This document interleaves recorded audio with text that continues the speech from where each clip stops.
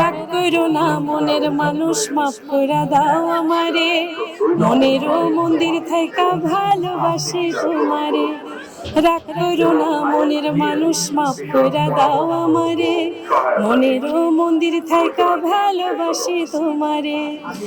আমি মাছ তুমি বর্ষি, আমি মাছ তুমি বর্ষি, টান দিলে আসবো তোমারও চরণ তলে, গড়ায় গড়ায় কাঁদবো। তুমি যা বলবা সব কথা রাখবো, তুমি যা বলবা সব কথা রাখবো, প্রয়োজনে তোমায় আমার মাথায় তুলে নাচবো। রাগ করো না মনের মানুষ, মাফ কইরা দাও আমারে, মনেরও মন্দির থাইকা ভালোবাসি তোমারে। আমার বাবা মফস্বলের সিরাজগঞ্জ, বেলকুচি সিরাজগঞ্জের আমি মেয়ে। তো এখানে বাবার কোলে বসে গান শিখতাম, আমার বাবা গান গাইতো। তো ওইভাবে আসলে হাতখড়ি, বাবার হাতে হাতখড়ি, বাবার কাছে গান শেখা। বাবা চলে গেছেন, কিন্তু বাবা থাকলে, বেঁচে থাকলে হয়তো বা আমার অনেক ভালো লাগতো, বাবার অনেক ভালো লাগতো যে ছোটবেলা থেকে আমরা মফস্বলের মানুষ, কখনো চিন্তা করিনি যে ঢাকায় সমস্ত চ্যানেলে গান করব, এইভাবে গান হিট হবে বা ইউটিউবে এইভাবে গান আছে, এটা আসলে বাবা ভালোভাবে দেখে যেতে পারে না। এইটা তো আসলে একটা বাবা মার সন্তান যখন ভালো কিছু করে কেমন কি অনুভূতিটা, আসলে অনুভূতির কথাটা আসলে বলা যায় না। হয়তো আমাকে অনেক অনেক খুশি হতো, অনেক খুশি হতো এটাই। না, আমার মা বাবা দুজনই সাপোর্টই অনেক ছিলেন। আর হচ্ছে আমি যাকে বিয়ে করেছি উনি একজন তবলা প্লেয়ার, তো উনি প্রোগ্রাম অ্যারেঞ্জ করে, তো বিভিন্ন জায়গায় প্রোগ্রাম করতাম, তো উনিও আমাকে সাপোর্ট করতেন।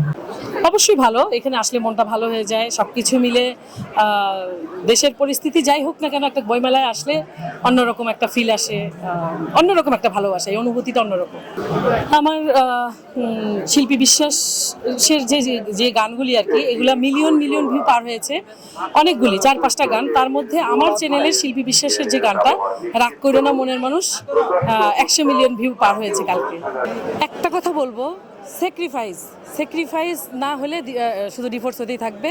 এখন আমাদের বাপ মা, কাকিমা, কাকারা যাদেরকে দেখেছি যে হাজব্যান্ড মারলেও তারা চুপ করে থাকতো, আচ্ছা হাজব্যান্ড তো মারছে সহ্য করছে, আর এখন একটা কথা বললেই তোমাকে আমি রাখবো না। তো স্যাক্রিফাইস নাই দেখেই এত ডিভোর্স হচ্ছে, তাছাড়া কিছু না।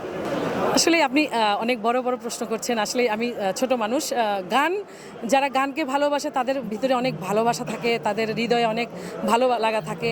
তো প্রতারিত হয় শিল্পীরা বেশি। এখন যে দেশের পরিস্থিতি, সেই পরিস্থিতির কারণে আমাদের শিল্পীদের আসলে প্রোগ্রামটাও কিন্তু ওরকম নাই। রেকর্ডিং আমরা করছি, রেকর্ডিংয়ে কাজ হচ্ছে, কিন্তু প্রোগ্রাম ওরকম হচ্ছে না। হয়তো সামনে ভালো সময় ফিরে আসবে, আমরা আল্লাহর কাছে বা সৃষ্টিকর্তার কাছে, এই দেশের কাছে আশা করি যে ভালো দিন ফিরে আসুক আমাদের, আমরা সেটাই চাই। ভালোবাসাটা এটা তো অন্তরের অন্তঃস্থল থেকে আসে। যেমন আমার হাজব্যান্ড হচ্ছে একজন তবলা প্লেয়ার, আমি গান গাই, তো আমাদের গানে গানে ভালোবাসা হয়ে আজকে অনেক বছর একসাথে আছি, গান করছি। কখনো আমাদের কোনো রকম দ্বিমত পোষণ হয়নি। তখনও একটা কথা বললে আমি ওনার কথা শুনি, উনি আমার কথা শুনে, এটাই আমার মনে হয় যে এটাই ভালোবাসা।